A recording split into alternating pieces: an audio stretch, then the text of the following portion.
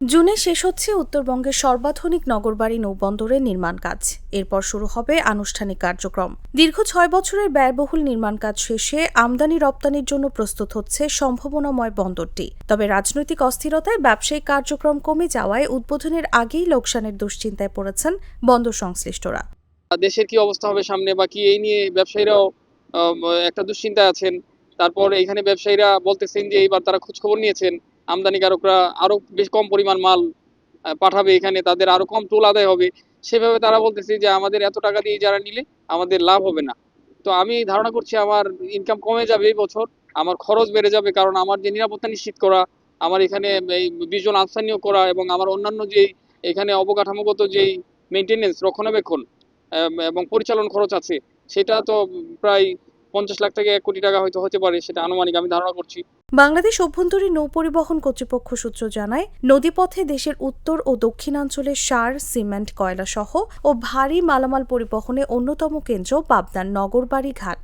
গুরুত্ব বিবেচনায় 2018 সালে ঐতিহ্যবাহী এ ঘাটে আধুনিক নৌবন্দর গড়ে তোলার কাজ শুরু হলেও জটিলতায় পড়ে ভূমি অধিগ্রহণ নিয়ে। মামলা জটিলতা শেষে 2 দফা মেয়াদ ও ব্যয় বৃদ্ধির পর নির্মাণ কাজ শেষে চলতি বছরের জুনে হস্তান্তরে প্রস্তুত 563 কোটি টাকার মেগা প্রকল্পের এ বন্দর।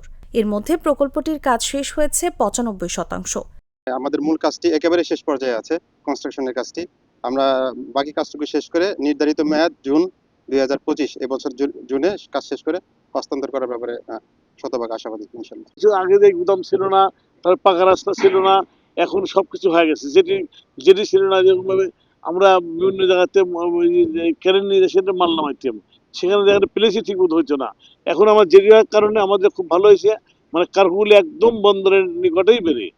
আগে খোলা আকাশের নিচে রাখতো, এখন বন্দরটা হওয়ার পরে এখন আমাদের অনেক সুবিধা, মালটা ভালো জায়গা রাখে, সুবিধা অনেক লোড আনলোড এগুলো সব থেকে সুবিধা। আগে জাহাজ দেখা যেত এখানে নদীতে এসে অনেক সিরিয়ালে থাকতো, লোড আনলোড হইতো না শ্রমিক থাকার কারণে। এখন ক্রেনের মাধ্যমে অত্যাধুনিক হয়েছে, খুব তাড়াতাড়ি লোড আনলোড হয়, এখানে কোনো যানজট থাকে না।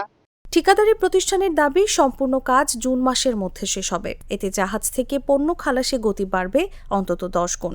সেই সঙ্গে সরকারের রাজস্ব আয়ের পাশাপাশি বাড়বে কর্মসংস্থান। সক্ষমতার সবটুকু ব্যবহার হলে বন্দরের কর্মচাঞ্চল্য বদলে যাবে নগরবাড়ি সহ উত্তরাঞ্চলের অর্থনীতির চালচিত্র।